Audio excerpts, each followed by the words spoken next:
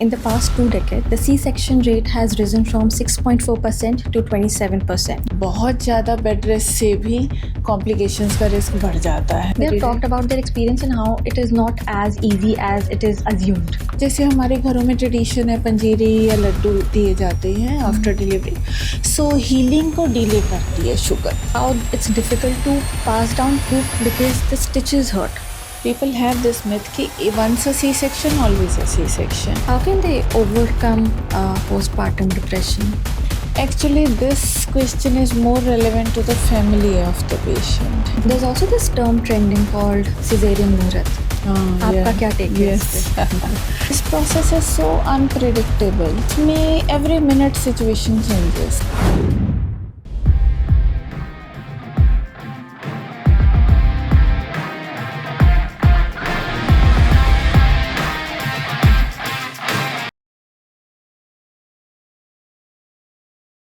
In today's episode of Unabashed Emotions, we are joined by Dr. Tripti Raheja, one of the leading gynecologists in India with around 30 years of experience, 10,000 plus surgeries and 50,000 plus deliveries. Goes without saying that she has helped countless women navigate childbirth, pregnancy and recovery with confidence. Today's episode is special because it speaks to women. It talks about what happens inside the labor room during C-section, how you can mentally and emotionally prepare yourself, and what you need to do before the D-Day. Dr. Tripti is going to walk us through it all. Let's get into it. Welcome, Dr. Tripti. Thank you. Okay, let's talk about C-section and how the rates have been rising. So, in the past 2 decades, the C-section rate has risen from 6.4% to 27%. Yes. And you are someone who has worked through decades. What is your take on these numbers? What does this highlight medically? This is true कि India का C-section rate अभी recently last 20-30 years में as I'm seeing काफ़ी increase होता ही चला जा रहा है. इनफैक्ट 25% से भी ज़्यादा I would say, may be in some centres it is even more than 50%. So अभी पेशेंट्स को एंड फैमिलीज़ को एंड सोसाइटी को लगता है कि अननेसेसरी सिजेरियन परफॉर्म किए जा रहे हैं, डॉक्टर्स अननेसेसरीली सिजेरियंस कर रहे हैं, बट रियलिटी काफ़ी कॉम्प्लेक्स है. सो अभी recently over last 2 and 3 decades high risk pregnancies काफ़ी कॉमन हो गई हैं. People are conceiving in advance age, more than 35, even more than 40 years की एज पे कंसीव कर रहे हैं. सेकेंडली IVF प्रेगनेंसीज काफ़ी कॉमन है. प्रेगनेंसी में डायबिटीज़, हाई ब्लड प्रेशर जैसी प्रॉब्लम्स काफ़ी कॉमन हैं. Then during pregnancy because of sedentary lifestyle, I would say कि ड्यू डेट तक भी women are not going in labour. Lifestyle has changed over last 20-30 years. So अभी अगर वो labour में नहीं जाती हैं तो लेबर पेन्स को इंड्यूस किया जाता है, एंड इंड्यूस्ड लेबर में फिर सक्सेस का चांस कम होता है. Plus because of advance diagnostic methods, test काफ़ी अवेलेबल हैं जिससे फीटल प्रॉब्लम्स इजीली डायग्नोज हो जाती हैं, एंड अगर फीटल प्रॉब्लम लगती है तो फिर देन C-section एक सेफ़र ऑप्शन दिखाई देता है. So because of all these reasons, plus एक बहुत इम्पॉर्टेंट रीज़न है, बहुत सारी वुमेन आजकल लेबर पेन के डर से प्लान्ड C-section प्रेफर कर रही हैं, and even people are going for C-section at a particular time, मुहूर्त सिजेरियन, बिकॉज एस्ट्रोलॉजिकली वो बेटर है. तो because of all these factors C-section rate over last few decades बढ़ता चला जा रहा है. So is the experience different for women जब वो planned C-section delivery होती है versus when due to complications it is decided in the labor room? तो is the experience different दोनों में? Yeah, experience is very different in these two situations. जब एक planned caesarean के लिए एक वुमेन जा रही होती है तो एक तो मेंटली ज़्यादा प्रिपेयर्ड होती है, बिकॉज उसने अपने सारे डाउट्स, सारी क्वेरीज डॉक्टर के साथ क्लियर कर ली होती हैं. सो इमोशनली वो थोड़ी काम होती है. सेकेंडली कॉम्प्लिकेशंस का रिस्क कम हो जाता है, बिकॉज अगर प्लान्ड सिजेरियन होता है तो वुमेन इज़ फास्टेड वेल, वो खाली पेट आती हैं. देन सेकेंडली सर्जिकल टीम को भी प्रिपरेशन के लिए काफ़ी टाइम मिल जाता है. So because of all these factor planned C-section ज़्यादा सेफ होता है। इमरजेंसी सी सेक्शन में doctors are also rushing against the time because usually कुछ ना कुछ ऐसी प्रॉब्लम होती है जिसके लिए इमरजेंसी सी सेक्शन किया जा रहा होता है।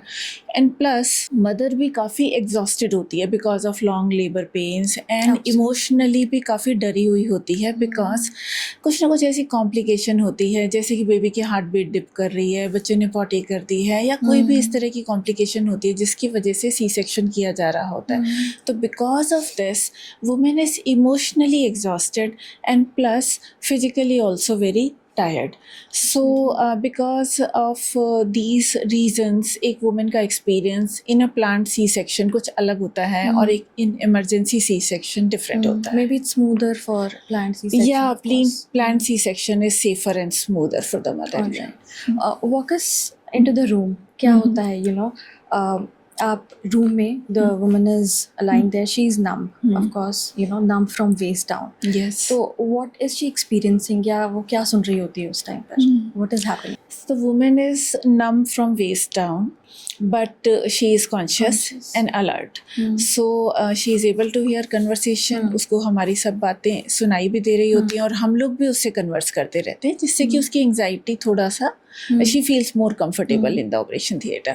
And plus since the woman is conscious, तो हम लोग कुछ और चीज़ें हैं जो उसको इमोशनली भी बेनिफिट देती हैं और बच्चे को भी, कि जैसे हम immediately after delivery we show the baby to the mother, then we go for a skin to skin touch baby और mother का, so that you know mother can kiss the baby. So emotionally वो एक bonding के लिए बहुत important है. Even sometimes we start breastfeeding within the operation theatre itself. So that is we try to comfort the woman, and half body numb होने से benefit हो जाता है because the woman is conscious. So हम उससे throughout the process बात कर सकते हैं and she can also tell us if there's any concern. So that way the situation is not that frightening. इतने कोई डर वाली बात नहीं होती अंदर. The atmosphere is very very comfortable and friendly. You mentioned skin to skin contact. Is it scientifically necessary to do that तुरंत से? Yes, it is scientifically very important to go for skin to skin contact because एक तो early bonding establish होती है mother और baby की, and secondly breastfeeding initiate होना काफ़ी हेल्पफुल हो जाता है because skin to skin touch से कुछ इस तरह की हार्मोन्स केमिकल्स रिलीज होते हैं बॉडी में जिससे कि ब्रेस्ट मिल्क आ जाता है easily. So it's very important to go for skin to skin touch even before the cord is cut ideally. But in C section cord cutting से पहले करना पॉसिबल नहीं होता. नॉर्मल डिलीवरी में तो हम लोग skin to skin touch before the umbilical cord is cut करवाते हैं C-section में भी, but immediately after delivery, as soon as the baby is stabilized, which usually take 2 to 3 minutes, and उसके बाद skin to skin touch practice किया जाता है. All right. ये time कितना लगता है from the incision has happened and then the baby is out? ये time span कितना होता है? इन सीजन के बाद बेबी को डिलीवर होने में बहुत कम टाइम लगता है. 3 to 5 minutes only. Within 3 to 5 minutes baby is delivered. And उसके बाद जो मेन टाइम लगता है सिजेरियन में वो सूचरिंग में लगता है. We stitch the wound layers by layer. So उसमें around 30 to 40 minutes लगते हैं. Plus placenta की डिलीवरी भी होती है. तो all those things happen in 30 to 40 minutes. And initial 3 to 5 minutes में baby deliver हो जाता है. So you mentioned the stitch up, right? Let's move to that part. The surgery has happened, the C-section has happened, anesthesia has worn off, right?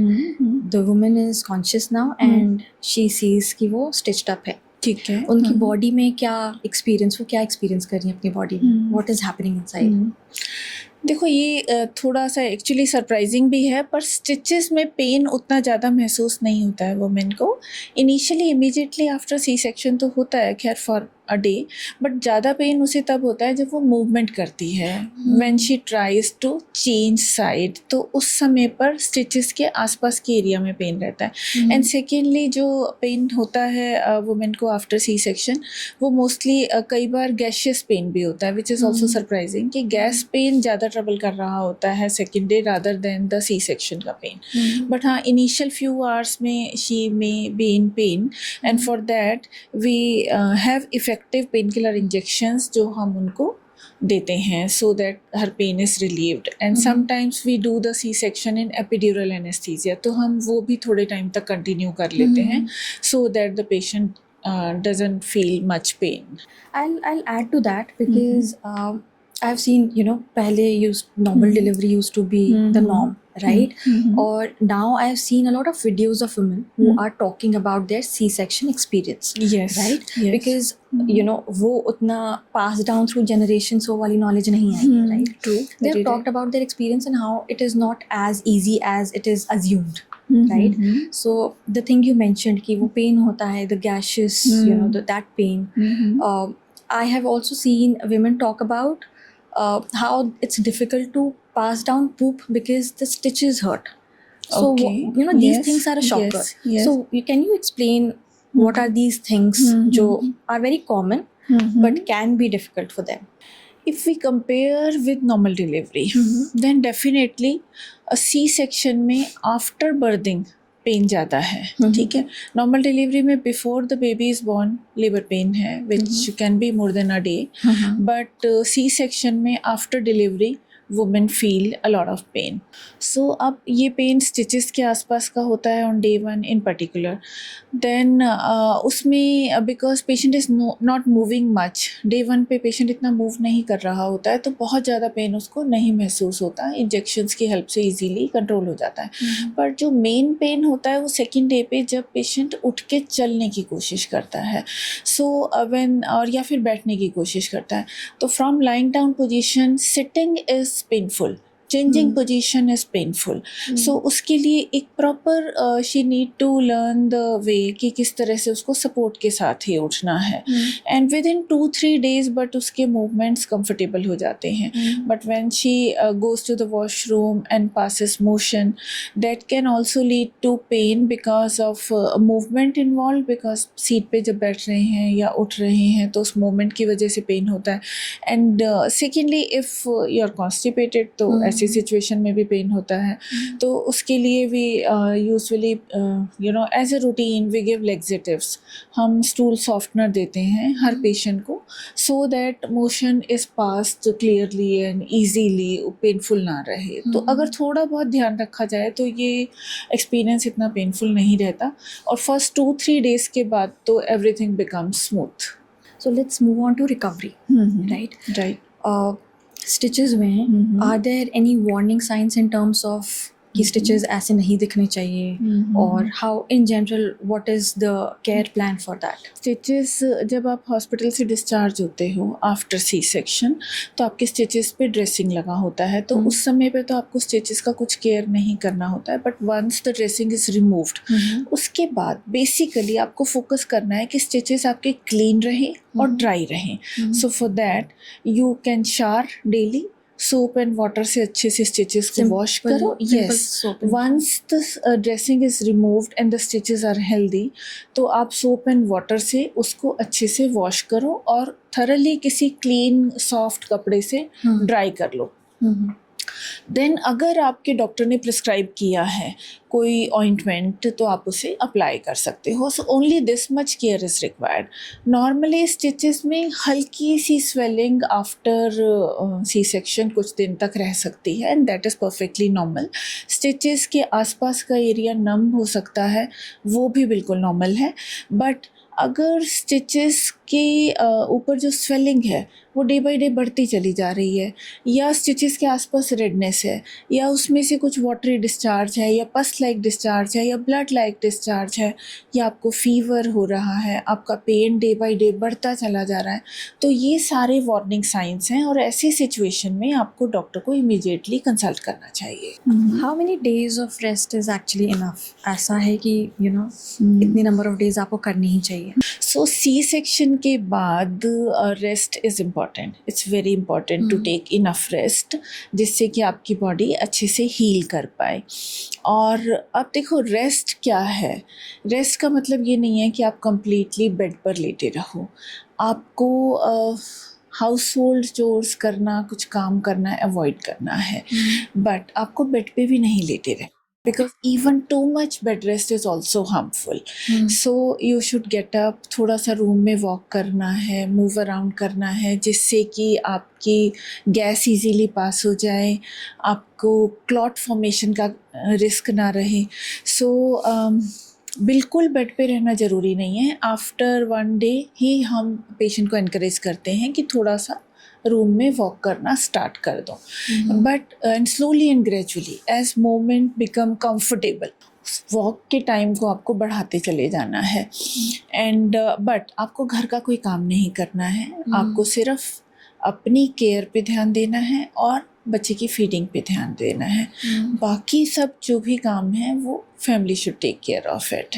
Okay, so that there is enough time for healing. Is there also something like too much rest? Too much rest, yes. और India में तो बहुत common है कि mother in laws या even mothers they say कि आपका C section हो गया, बहुत बड़ी सर्जरी हो गई है, अब आप बिल्कुल बेड से हिलोगे नहीं, 15-20 दिन तक तो हिलोगे ही नहीं. So this is not a good tradition, because बहुत ज़्यादा बेड रेस्ट से भी कॉम्प्लिकेशंस का रिस्क बढ़ जाता है. ब्लड क्लॉट्स होने के बनने का रिस्क हो जाता है. गैस पास नहीं होती, पेशेंट को पेन रहता है. सो रिकवरी स्लो हो जाती है, डीलेड हो जाती है. सो इट्स इम्पॉर्टेंट कि हमें रेस्ट करना है, लेकिन थोड़ा बहुत जेंटल मूवमेंट भी करते रहना है. एक रियलिस्टिक टाइमलाइन है क्या for recovery in terms of by week 1 she can walk, maybe by week 2 she can go to the office or join, go to the gym, something like that? Yes. So there is a broad timeline that I'll tell you. C section के 24 hours तक तो आपको बिल्कुल bed में रहना है. ठीक है. सो उसमें आप बेड में मूवमेंट कर सकते हो, लेग्स को मूव कर सकते हो, फीट को मूव कर सकते हो, साइड्स ले सकते हो, करवट ले सकते हो, बट हेड एलिवेट नहीं करना, उठना नहीं है. ठीक है. After 24 hours you get out of the bed. आप बेड में बैठो या उठ के चलो, वॉशरूम जाओ, थोड़ा शॉर्ट वॉक लेना शुरू कर दो. पर आपका मूवमेंट थोड़ा पेनफुल रहेगा, but then you are suppose to get out of bed on day 2. देन 3-4 डेज में जाके आपका मूवमेंट कंफर्टेबल हो जाता है. विद इन अ वीक तो काफ़ी कंफर्टेबल हो जाता है. सो आप अपना वॉक बढ़ा सकते हो ग्रेजुअली, धीरे धीरे. अच्छा, 2 वीक्स में जाके, 1 वीक के बाद आपके स्टिचेस भी नॉर्मली रिमूव हो जाते हैं. 2 वीक्स में जाके आपका मूवमेंट ऐसा रहेगा कि वो ऑलमोस्ट पेन फ्री हो जाएगा, और जो थोड़ी बहुत स्ट्रेचिंग है स्टिचेस में बहुत मिनिमल सी रह जाएगी. Mostly stretching sensation, pain sensation 2 weeks में ख़त्म हो जाती है. और 6 वीक्स में जाके वुमेन फील कि जैसे कुछ हुआ ही नहीं है, everything is almost completely normal. As far as exercises and gym is concern, light exercises हम कहते हैं आप 6 वीक्स के बाद स्टार्ट कर सकते हो. That makes it 40 days. And then moderate level exercises आप 3 months के बाद शुरू कर सकते हो. But gym you should start after 6 months of C section. तो ये ग्रेजुअली आपको रिटर्न करना है अपनी एक्टिविटी लेवल पे, एंड बॉडी को हील होने का टाइम देना है. And during this process listen to your body. आपकी बॉडी आपको अपने आप सिग्नल देगी कि हाँ, ये movement is not good, because ये थोड़ा सा आपको डिस्कम्फर्ट दे रहा है या पेन दे रहा है. तो just listen to your body signals also. Anything for the first 6 weeks that is a big no in terms of diet also, in terms of movement also? In terms of movement, let's talk that first. In terms of movement, lifting heavy objects more than 5 kg is a big no. ठीक है. Usually हम ये suggest करते हैं कि आप उतना wait उठा सकते हो जितना आपके बेबी का वेट है, not more than that. ठीक है. Then walk is okay, but exercises should be avoided. Thirdly, tummy massage should be avoided completely avoided. बिल्कुल नहीं करना है 6 weeks तक आपको. तो ये तो एक्टिविटी वाइज चीज़ें हैं. Then diet wise you should focus on high protein diet. C section में since it is a major surgery, तो हीलिंग इन्वॉल्व है इसमें, काफ़ी रिपेयर इन्वॉल्व है. सो रिपेयर के लिए protein is an essential nutrients. तो आपकी डाइट जो है वो प्रोटीन रिच होनी चाहिए, जो कि हमारी फैमिलीज़ में उतना नहीं होती है traditionally, and that delays the recovery. Secondly, blood loss काफ़ी होता है during the process of birthing and then after that also. So diet should be rich in iron also. And thirdly, hydration. Hydration is very important after C section, because एक तो आपको breast feeding support मिलेगा, अगर hydration अच्छा होगा तो milk का flow अच्छा होगा. सेकेंडली, आपका ब्लड सर्कुलेशन अच्छा होगा तो ब्लड क्लॉटिंग का रिस्क कम रहेगा.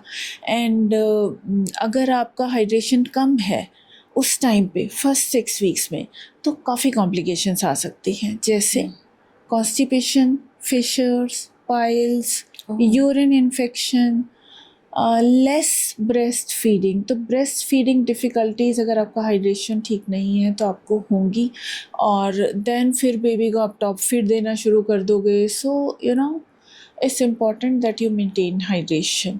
एंड बहुत ज़्यादा मीठा खाना अवॉइड करना चाहिए आफ्टर डिलीवरी. सो अगर जैसे हमारे घरों में ट्रेडिशन है पंजीरी या लड्डू दिए जाते हैं आफ्टर डिलीवरी, सो हीलिंग को डिले करती है शुगर. अच्छा. तो शुगर का इंटेक आपको काफ़ी कम रखना है. सेकेंडली, आपको घी का इंटेक भी एक लिमिट में रखना है. बहुत ज़्यादा घी का इंटेक आपको नहीं करना चाहिए. That also slows down your recovery. Ghee is a good nutrition, Yeah, it's not absolutely. Bad definitely, but अगर लिमिट में लिया जाए तो up to 1 to 2 teaspoon of ghee if you are taking total including your diet, so that is healthy. You should take it, but excessive ghee should be avoided. Absolutely. Let's say the surgery has happened, right? Immediately after that, diet-wise, क्या intake होना चाहिए? Okay, so immediately after that, see first 6 hours में तो आपको कुछ नहीं दिया जाता है. देन आपका क्लियर लिक्विड्स लाइक वाटर के सिप्स या फिर नारियल पानी, नींबू पानी, ये दिया जाता है आपको after surgery. And then day second onwards आपको सॉलिड डाइट शुरू कर दी जाती है. एज सुन एज आपका गैस पास होना स्टार्ट हो जाता है तो आपको सेमी सॉलिड डाइट स्टार्ट कर दी जाती है. सो इनिशियली आपको खिचड़ी या दलिया या सॉफ्ट फ्रूट्स दिए जाते हैं. And then 4th day onwards you can go to 4th और 5th डे ऑनवर्ड्स आप नॉर्मल डाइट पे जा सकते हो. That includes chapati, dal and good protein sources अब आपको ऐड करना शुरू कर देना है. तो उसमें आप दाल ले सकते हो, पनीर ले सकते हो, कर्ड ले सकते हो, milk, dairy products as a whole, then soya products आप ले सकते हो. अगर आप नॉन वेजिटेरियन हो तो आप एग्स ले सकते हो, फ़िश ले सकते हो, चिकन सूप ले सकते हो. सो all these things they help in your recovery. You also talked about early massage, and it yeah. is a myth, right? Yeah. कहाँ से ये निकला है कि early massage is good, and why is it bad also? Delivery के बाद, particularly पुराने time में मोस्टली सब नॉर्मल डिलीवरी से हुआ करती थी. तो डिलीवरी के बाद टमी बल्ज काफ़ी हो जाता है बिकॉज आपके पेट की मसल स्ट्रेच रहती है 9 मंथ्स तक. तो उस वजह से बेबी जब डिलीवर हो जाता है तो वो एक काफ़ी रिलैक्स्ड होती हैं. सो एक बल्ज आउट करती हैं जब भी आप खड़े होते हो, चलते हो. तो अब उसको ठीक करने के लिए बेसिकली टमी मसाज का एक ट्रेडिशन बना था कि आप अगर जल्दी से टमी मसाज शुरू करा दोगे तो आपका टमी अंदर चला जाएगा, which is not true actually. So massage हम लोग भी एडवाइस करते हैं, light gentle massage of stitches, वो स्कार की मोबिलिटी को इम्प्रूव करने के लिए, and that too after at least 15-20 days of C section. But deep massage, excessive deep massage pressure के साथ, डीप प्रेशर के साथ जो मसाज होती है वो हार्मफुल होती है स्टिचेस के लिए. तो वो आपको बिल्कुल अवॉइड करना है. That's very harmful. First 6 weeks में तो बिल्कुल भी नहीं कराना है, और उसके बाद भी आप कराते हो तो जेंटल प्रेशर के साथ कराओ if you want to keep your tradition. But अगर आप ज़्यादा प्रेशर के साथ मसाज करते हो तो आपकी रिकवरी पेनफुल हो जाती है और डिलेड हो जाती है. So it's better to not go for massage at all, और अगर आप करवाना चाहते भी हो तो जेंटल प्रेशर के साथ करवाइए. Let's move on to the preparation for C-section. Let's say I'm a woman. I know weeks in advance कि मेरा C-section होने वाला है, right? How do I prepare my body? If a woman is going for planned C-section, it becomes very easy for her because she has time. उसके पास time हो, mentally prepare हो सकती है and she can gather knowledge about it. तो basically अपनी body को prepare करने के लिए आपको अपनी डाइट पे भी ध्यान देना है। आप अच्छी diet low weeks before the surgery.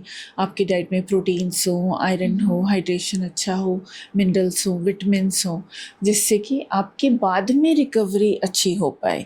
And आपको junk food, sugary food before caesarean भी अवॉइड करना है, बिकॉज ये आपकी रिकवरी को डिले करेंगे। सेकेंडली, आपको एक्टिव रहना है फिजिकली। अगर आपके डॉक्टर ने आपको बेड रेस्ट बोला है तो that is a different scenario, but otherwise आपको फिजिकली एक्टिव रहना है, वॉक करते रहना है, लाइट सेफ एक्सरसाइजेस करते रहना है। तो अगर आप एक्टिव रहोगे तो आपका ब्लड सर्कुलेशन अच्छा रहेगा एंड उससे आपकी रिकवरी बेटर होगी। थर्डली, आप इमोशनली अपने आप को प्रिपेयर कर सकते हो। इमोशनली आप डॉक्टर से क्वेश्चंस पूछ सकते हो कि क्या प्रोसीजर है, क्या स्टेप्स हैं और उससे पहले हमें क्या प्रिपरेशन करनी है। So once you are aware of things you feel more confident and calm. So mentally आप प्रिपेयर हो जाते हो। Then you have time to arrange support, family support arrange कर सकते हो आप। So all these are benefits if you are going for a planned C section. Anything in particular diet wise that I should completely avoid if it's a Sugar and junk food. All right. In the weeks before surgery, you should stop taking that because that delays your recovery. उससे आपकी recovery delay होगी। तो sugar और junk food को आप completely avoid करो। And in terms of movement and posture, anything that I should avoid completely? Movement and posture में basically complete bed rest should be avoided. You should stay active. And pregnancy में अगर हम देखें तो एक posture है जो अवॉइड करने को बोलते हैं, विच इज़ लाइंग स्ट्रेट, बिल्कुल सीधा लेटना, बिकॉज उससे बच्चे का ब्लड सर्कुलेशन थोड़ा कम हो जाता है। बहुत ज़्यादा डरने की भी ज़रूरत नहीं है, बट हाँ बहुत देर तक सीधा लेटना अवॉइड करना चाहिए। Again, I am a woman. I know tomorrow the C-section is happening, right? Any preparation I should do tonight? Tonight, okay, lot of preparation actually. So आपको अपना बैग तैयार करना है। So बैग में आपको essentials रखने हैं। So you should be careful कि आप अपना कुछ सामान भूल ना जाओ। So you should be ready. आपको अपनी ज्वेलरी उतारनी है, अपने वैल्यूएबल्स को घर छोड़ के आना है, अपने मेडिकल रिकॉर्ड्स सब इकट्ठे करके आपको रखने हैं, अपने इंश्योरेंस पेपर्स रखने हैं। देन आपको कुछ भी पर्सनल यूटिलिटी आइटम्स हैं, जैसे मोबाइल चार्जर है, हेयर क्लिप्स हैं एंड कुछ पर्टिकुलर अंडरगारमेंट्स हैं जो फीडिंग में काम आएंगे। सो वो सब आपको रखना है। देन बेबी एसेंशियल्स आपको रेडी करने हैं। तो बेबी के कपड़े होने चाहिए, कैप, मिटन, सॉक्स होना चाहिए, देन सॉफ्ट टॉवल्स होने चाहिए। देन आपका maybe breast pump is also a useful item that you should pack. Then आपकी फैमिली में जो मेंबर आपके साथ स्टे करने वाला है उसकी यूटिलिटी के आइटम्स आपको प्रिपेयर करने हैं। So a lot of preparation is required. Medically speaking, you should follow the instruction of your doctor about the diet, like you should be fasting। जब आप जाएं सी सेक्शन के लिए तो आप फास्टेड होने चाहिए। तो आपको कब तक सॉलिड फूड ले सकते हो आप ये क्लैरिफाई कर लेना है डॉक्टर से, और कब तक आप लिक्विड्स ले सकते हो। सो उसकी क्लैरिटी आपको होनी चाहिए। So that is the night routine. Now the morning of C-section. Let's say the C-section is happening at 12 noon. So in the morning when I wake up, उसके बाद मेरी रूटीन क्या होनी चाहिए? अब जब हॉस्पिटल पहुंचते हो at least 3 to 4 hours before C section you should reach hospital. तो आपको अपने डॉक्टर से कंफर्म करना है कि आपको कब पहुंचना है। हॉस्पिटल में जब आप पहुंचते हो तो after the admission medical team आपसे मिलेगी और मेडिकल टीम आपके वाइटल्स, आपका पल्स रेट, ब्लड प्रेशर सब चेक करेंगे। आपके रिकॉर्ड्स को चेक किया जाता है। देन जो स्टाफ नर्स हैं, सिस्टर हैं, वो आपको IV कैन्युला लगाएंगी, एंटीबायोटिक दिया जाएगा। आपके एब्डोमेन को द सर्जिकल पार्ट उसको शेव किया जाएगा। एनेस्थेटिस्ट आपसे मिलेंगे, एनेस्थेटिस्ट भी आपके सारे रिकॉर्ड्स चेक करेंगे and then there can be waiting time also. तो कुछ 1 2 3 घंटे का वेटिंग टाइम भी कई बार होता है। So then you should be aware of this and you should not panic. When they take you to the OT then आप अपने सर्जन के साथ भी मिलोगे, उनसे भी आप जो भी आपके कंसर्न हैं आप डिस्कस कर सकते हो। So this is the routine that is being followed जब पेशेंट सिजेरियन के लिए एडमिट होता है। In all of this, diet is there, of course. But mental preparation कितनी ज़रूरी होती है, doctor? Like, have you come across patients who are really terrified? And what do you say to them? Patients are usually very terrified on the day of surgery. They are very anxious. Okay, so उनको काम करना हमारे लिए बहुत important होता है। It's important कि हम उन्हें समझाते हैं that first it's okay to be terrified, okay, because it's a major surgery, so it's okay. We have to acknowledge their emotion. Then we tell them clearly that about the steps and about each and every step which we are going to perform. जैसे अब anesthesia लगने वाला है, okay, आपको बिठाएंगे and then that's how we are going to do it. And during the surgery also we make them meet the baby and we talk to them throughout the procedure so that they are relaxed and calm. So when they touch the baby they feel very calm, very happy. And उसके बाद तो usually patient settle down. So first half जो होता है, जब बच्चा जब तक unless they see the baby, at that time they are terrified. और once they are coming out of OT they always say कि मैडम इतना कुछ डर वाली चीज़ नहीं थी, it was very easy, very comfortable procedure. So there's nothing to be terrified, and it's important that you maintain a good rapport with your doctor. अगर आपके doctor के साथ आपकी अच्छी बॉन्डिंग है, so that helps you a lot. There's also a myth around C-section, doctor. The myth is that it's less painful. It's easy, right? Is it true, or is it just a myth? It's a myth. It's definitely not the easy way out because it is a major surgery. See, है ना? So ये myth इसलिए बना है because labor pains नहीं आप tolerate कर रहे, तो बोला जाता है कि you took a shortcut, तुम्हारा तो बड़ा easy हो गया, तुम्हें कुछ करना ही नहीं पड़ा. But that woman has just undergone a major procedure. It's a major surgical procedure. और उसके बाद recovery भी as compared to normal delivery काफ़ी longer होती है, and patient को कई दिन तक थोड़ा पेन रहता है. So and on top of it people say कि तुम्हारे लिए तो बड़ा easy हो गया, and that creates a lot of guilt in the woman. तो इमोशनली भी वो थोड़ा सा लो डिप्रेस्ड फील करती है. रादर इस तरह के मिथ्स इतनी एंजाइटी या डिप्रेसिव फीलिंग्स डालते हैं पेशेंट में कि उनको लगता है that she has not done enough, that she is a failure as a mother. It's very bad, and that even this can lead to increased chances of depression, postpartum depression. So it's a big myth, it's a big surgery. You should always tell that woman कि तुमने बहुत अच्छा किया, you are a brave person, that you have undergone such a major surgery. So you should always acknowledge and encourage. How can they overcome postpartum depression? What are the ways, like practical ways? Because I think this hits a lot of women, right? Actually this question is more relevant to the family of the patient, है ना. So कि वो कैसे support कर सकते हैं एक woman को जिसका C-section हुआ, so that she doesn't slip into depression. So एक hormonal changes हो रहे होते हैं उस woman में, तो suddenly there is the level of hormone suddenly drops as soon as the baby comes out. तो उसकी वजह से emotional changes होते हैं, patient depressed feel करती है, and उसे help की requirement होती है, और ये help उसे family दे सकती है. तो the family should be by the side of the patient. उसकी जो भी छोटी मोटी ज़रूरतें हैं वो टाइमली पूरी हो जाए. कभी भी उसको जज नहीं करना चाहिए कि हमारा भी तो हुआ था सिजेरियन, या उसका भी तो हुआ है, उसको देखो वो उठ के चल रही है, तुम्हें देखो तुम लेटे हुए हो। तो कभी भी इस तरह की बात नहीं करनी चाहिए. Every person has a different body and a different recovery timeline.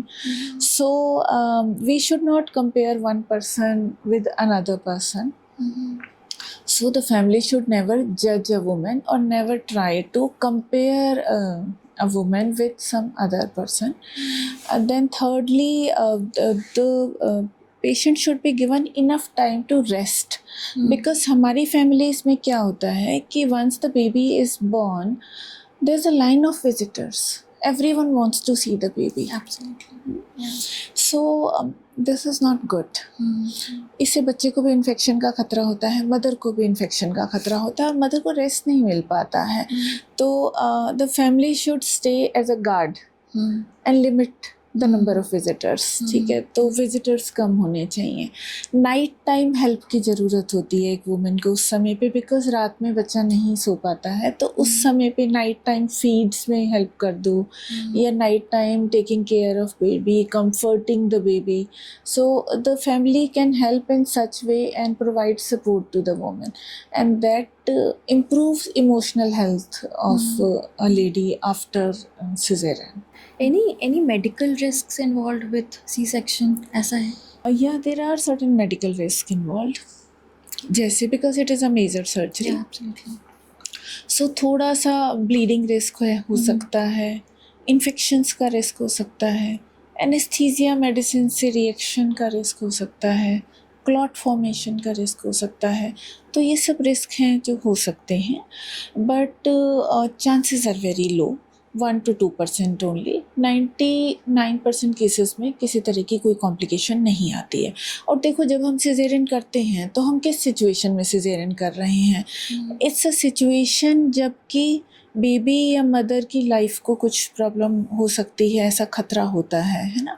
सो जैसे कि बेबी ने पॉटी कर रखी है, या फिर उसकी हार्ट बीट कम हो रही है, उसको ऑक्सीजन नहीं मिल रही है, या प्लेसेंटा लो है, ब्लीडिंग हो रही है, या कुछ ऐसी बेबी की पोजीशन ट्रांसवर्स है, ब्रीच है. तो इन सिचुएशंस में अगर हम देखें एंड कंपेयर करें तो normal delivery is very risky and C section is life saving. Absolutely. Yeah. तो depend, if we see this, then C-section is a very safe mode of delivery. It's not a risky mode of delivery. Can you give me an honest comparison between vaginal and C-section delivery? Okay. दोनों के अपने benefits हैं, दोनों के अपने minus भी हैं. Okay, सो benefits देखें तो सी सेक्शन का ये बेनिफिट है कि कंट्रोल वे में या प्लान्ड वे में कर सकते हो उसको, जबकि नॉर्मल वेजाइनल डिलीवरी बहुत अनप्रेडिक्टेबल होती है. यू नेवर नो कि कब पेन शुरू होगा.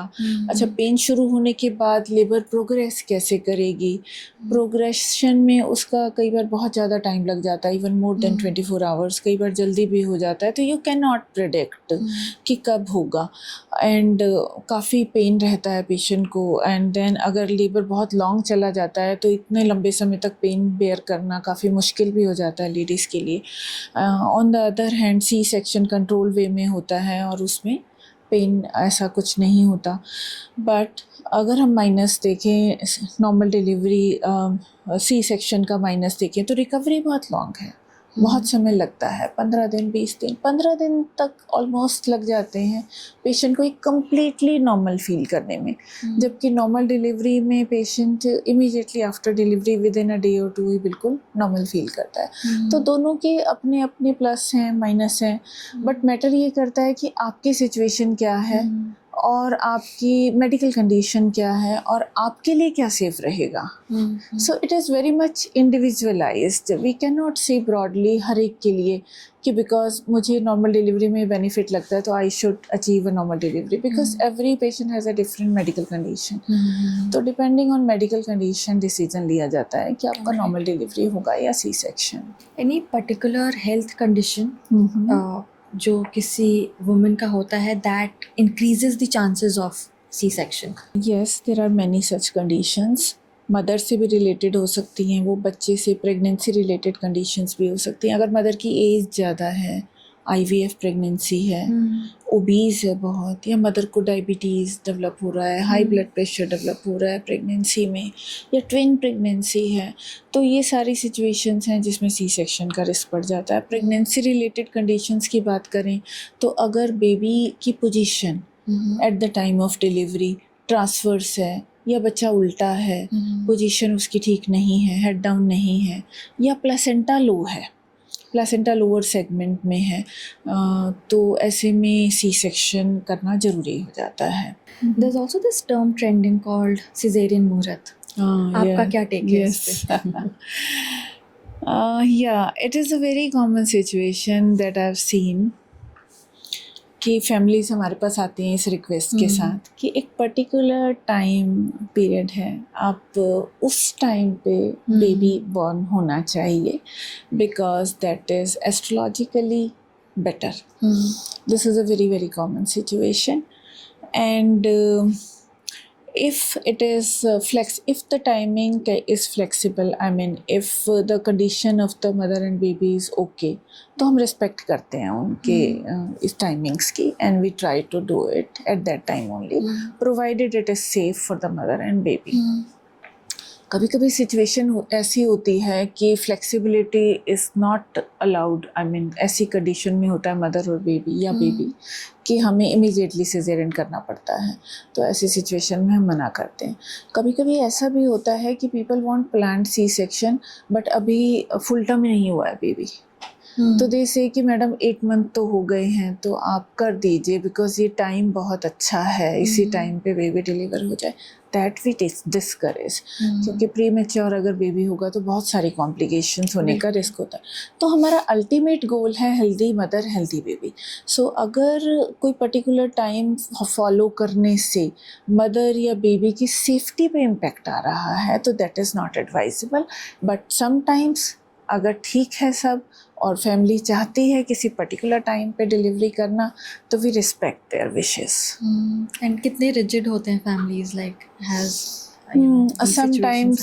sometimes they are very rigid, but in that situation we tend to explain it to them, but most of the time only 1 or 2 family member is rigid, है ना, बाकी सब समझा देते हैं तो things work out. So also women come with a lot of fears. बहुत सारे practical fears होते हैं and a lot of it is absorbed from the family, right? So can you like list down or talk about these fears जो बिल्कुल ही they don't hold any ground, and the ones that are practical also? So yeah, there are practical fears associated with cesarean.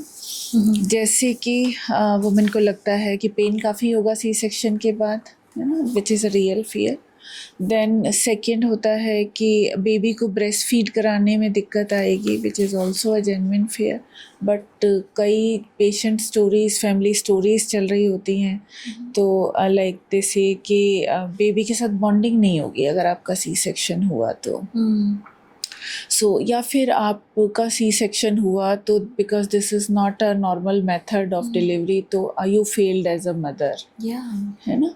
सो इससे ये बिल्कुल myth है, because bonding baby के साथ आपकी होगी या नहीं होगी ये डिपेंड करता है, मूड ऑफ बर्थ पे डिपेंड नहीं करता। बच्चे को नहीं पता है कि वो वजाइना हुआ है या फिर सी सेक्शन के थ्रू डेवलप हुआ है। सो बॉन्डिंग डिपेंड करती है आफ्टर बर्थ आपका कैसे कनेक्शन रहता है। इवन सी सेक्शन में जब हम स्किन टू स्किन टच कराते हैं उससे बॉन्डिंग इम्प्रूव होती है, early initiation of breast feeding से बॉन्डिंग इम्प्रूव होती है। देन आप बच्चे को होल्ड करते हो, आप बेबी को देखते हो, आप उससे बातें करते हो, तो इससे आपकी बॉन्डिंग इम्प्रूव होती है अपने बच्चे के साथ। ये हो सकता है कि सी सेक्शन के बाद आपकी बॉन्डिंग थोड़ा ग्रेजुअली डेवलप हो, जो कि नॉर्मल वेजाइनल डिलीवरी के बाद इंस्टेंटली डेवलप हो जाती है, बट बॉन्डिंग नहीं हो पाएगी ये बिल्कुल गलत है। सिमिलरली ये जो दूसरा मिथ है कि आपका मिल्क नहीं आएगा, आप ये रियल डिलीवरी नहीं है, ये शॉर्टकट है। सो ये भी बहुत एक गलत मिथ है, और एक वुमेन जिसका सी सेक्शन हुआ उसके मोरल को डाउन करता है, उसकी मूड को इमोशनली उसे डिप्रेस करता है। तो सी सेक्शन हो या नॉर्मल डिलीवरी हो, बर्थ तो बर्थ ही है, ठीक है। दोनों के अपने प्लस हैं, दोनों के अपने माइनस हैं, but even C-section birth is a birth only, and it's very difficult to undergo a C-section. So इसको हमें छोटा दिखाना is not good. A woman has had C-section for the first pregnancy, right? और second pregnancy planned है. Can she go for normal delivery या फिर C-section के बाद C-section ही होना है? There's a rule. ये भी एक मिथ है. People have this myth कि once a C-section always a C-section. या इवन ये भी एक मिथ है कि 2 C-section हो गए तो अब तीसरा बेबी ही नहीं हो पाएगा, which is absolutely wrong. तो एक बार C-section हुआ, आप उसके बाद सेकेंड बेबी नॉर्मल डिलीवर कर सकते हो, not in all cases but in selected cases. तो इफ़ एवरीथिंग इज़ अगर आपका सी सेक्शन इस वजह से हुआ कि बेबी की हार्ट बीट कम हो गई थी या प्लासेंटा लो था, जबकि अगली प्रेगनेंसी में तो वो सिचुएशन है नहीं, तो अगर आपका गैप ठीक है, आपकी बॉडी हील कर चुकी है, और वो सेम सिचुएशन, वो सेम प्रॉब्लम जिसकी वजह से सी सेक्शन हुआ था अब नहीं है, तो ऐसी सिचुएशन में you can go for normal vaginal delivery, और इसकी सक्सेस रेट 60 to 80% है. So this is a myth. In terms of how can families handle a woman after C-section? एक woman घर आती है after her C-section, right? Families को practically कैसे support करना चाहिए? In terms of like if you can guide कि vaginal में if there's anything different they do, they should do, और सी सेक्शन में anything different देखो, सी सेक्शन में थोड़ा सा वेजाइनल के कंपैरिजन में ज़्यादा रेस्ट की रिक्वायरमेंट रहती है, तो आपको फैमिली सपोर्ट भी ज़्यादा चाहिए होता है, बिकॉज आफ्टर सी सेक्शन एक लेडी बहुत ज़्यादा देर बेबी को होल्ड करके नहीं बैठ सकती है, तो somebody should be there to constantly take care of the baby. Feeding के टाइम में भी हेल्प की रिक्वायरमेंट होती है, बिकॉज सिटिंग पोस्चर में फीड कराना थोड़ा मुश्किल होता है आफ्टर सी सेक्शन, तो आपको साइड लाइन पोजिशन में या फिर एक बेबी को कोई होल्ड करके खड़ा हो जाए एंड लाइंग पोजिशन में भी कई बार फीड कराना पड़ता है, तो फीडिंग में भी सपोर्ट ज़्यादा चाहिए होता है. सो एंड वुमेन जो है वो घर का काम तो खैर बहुत दूर की बात है, लेकिन सेल्फ केयर के लिए भी उसको कई बार सपोर्ट की रिक्वायरमेंट होती है, and so that should be provided by the family member. They should be sensitive enough. Then other thing is कि आप विजिटर्स को लिमिट करो, जिससे कि इन्फेक्शन का ख़तरा ना हो. अगर सी सेक्शन हुआ है तो इट्स मोर इम्पॉर्टेंट कि आप विजिटर्स को लिमिट करो, because more rest is required after C section. There's also this attitude in terms of C-section in most households, or in general in certain households there's this attitude कि normal delivery नहीं है, it's an easy delivery, ये real delivery नहीं है, right? That we discussed earlier.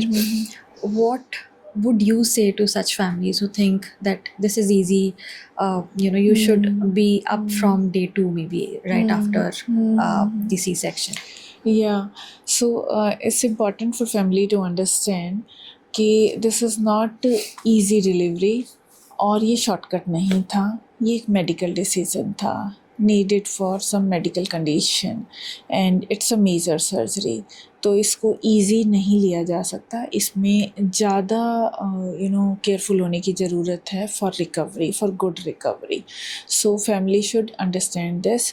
So इस तरह की बातों को हमें हमेशा काउंटर करना है, and उनको समझाना होता है कि आप after C section mother needs extra care as compared to normal vaginal delivery. So Dr. Tripti, you have done 50,000 plus deliveries, Yes, right? yes. Anything you want to tell women before they enter the delivery room? ऐसा कोई anything they should take care of जो उन्हें नहीं पता होता, या फिर knowledge नहीं होती, अवेयरनेस नहीं होती, but you have seen through years कि ये चीज़ पता होनी चाहिए थी. It gets easier from your end also, and it gets easier for the patient also.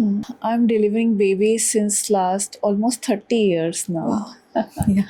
So we have seen many situations and all the emotions of women. बहुत ज़्यादा fear होता है जब एक वुमेन डिलीवरी के लिए आती है. तो आई वॉन्ट टू से कि it is okay to be fearful, because ये एक नई चीज़ है आपके लिए, फर्स्ट टाइम मॉम्स के लिए. But come with an open mind. कभी भी अब बिल्कुल परफेक्ट करने के माइंडसेट के साथ मत आइए. एंड एक चीज़ को कभी भी चूज़ मत करो कि मुझे तो बस किसी भी कंडीशन में नॉर्मल डिलीवरी ही करवानी है, या फिर मुझे सी सेक्शन के लिए जाना है. ये पहले से ही माइंडसेट बना लो, because this process is so unpredictable. और इसमें एवरी मिनट सिचुएशन चेंजेस. ठीक है, so you should be more adaptive. आपको ओपन रखना है अपने माइंड को, and you have to let go of fixed ideas. So this is very important. And trust your doctor. And trust the advice. Follow the advice of your doctor. जो भी आपके doctor आपको suggest कर रहे हैं आपकी wellbeing के लिए, बच्चे की वेलबींग के लिए है. एंड अल्टीमेट गोल हमारा है हेल्दी बेबी, हेल्दी मदर. अब वो चाहे सी सेक्शन से हो चाहे नॉर्मल वेजाइनल डिलीवरी से हो. इट्स इम्पॉर्टेंट कि आप अपने अल्टीमेट गोल को अचीव करो. Method is not important. Which is a healthy baby, healthy mom. Yes. Dr. Tripti, we did something on our platform. हमने women से पूछा if given a choice वो क्या prefer करेंगी. Is it normal delivery or is it C-section? Usually, you know, you would expect, I expected an answer कि C-section they would prefer more because वो myth है कि it's easy, right? It's less painful. But more than 80% of women chose normal delivery. Yes. Why does that happen? How does that happen? देखो इसका reason ये you are very right. More than 80%, I would say rather 90%, given the choice they would prefer normal delivery initially. Then main इसका reason होता है family stories. Okay, because family में हमारा एक बहुत स्ट्रॉन्ग बिलीफ है कि normal delivery is real delivery. And normal C section के बाद तो आपकी बॉडी ख़राब हो जाएगी, है ना, आप कभी भी पहले के जैसे नहीं हो पाओगे. So because of that belief, that strong belief, and plus the long recovery time that it takes, थोड़ा रिकवरी टाइम भी ज़्यादा है सी सेक्शन का. ये दोनों फैक्टर्स हैं जिसकी वजह से women choose normal delivery over C section. And given a choice, I would also choose a normal delivery over a C-section. Abhi yesterday only I delivered a woman. She had decided for elective C-section to be done on 5th of June. So उसे बिल्कुल she was very sure कि I will not go for normal delivery. I want to do a cesarean on 5th June. She went into labor. उसे labour pain शुरू हो गए. And she said, okay, आप C-section कर दो. But the findings were so good when I checked her. Findings were so good. And then I counseled her. It took me around 15 to 20 minutes to make her understand कि normal delivery easily हो रही है, तो you should go for normal delivery. And we did deliver her normally, easily. She delivered, she had a very smooth normal vaginal delivery. So it's important that you should not decide or you should not make a fixed idea कि मुझे normal delivery ही करवानी है या मुझे C section ही करवाना है. It depends on situations.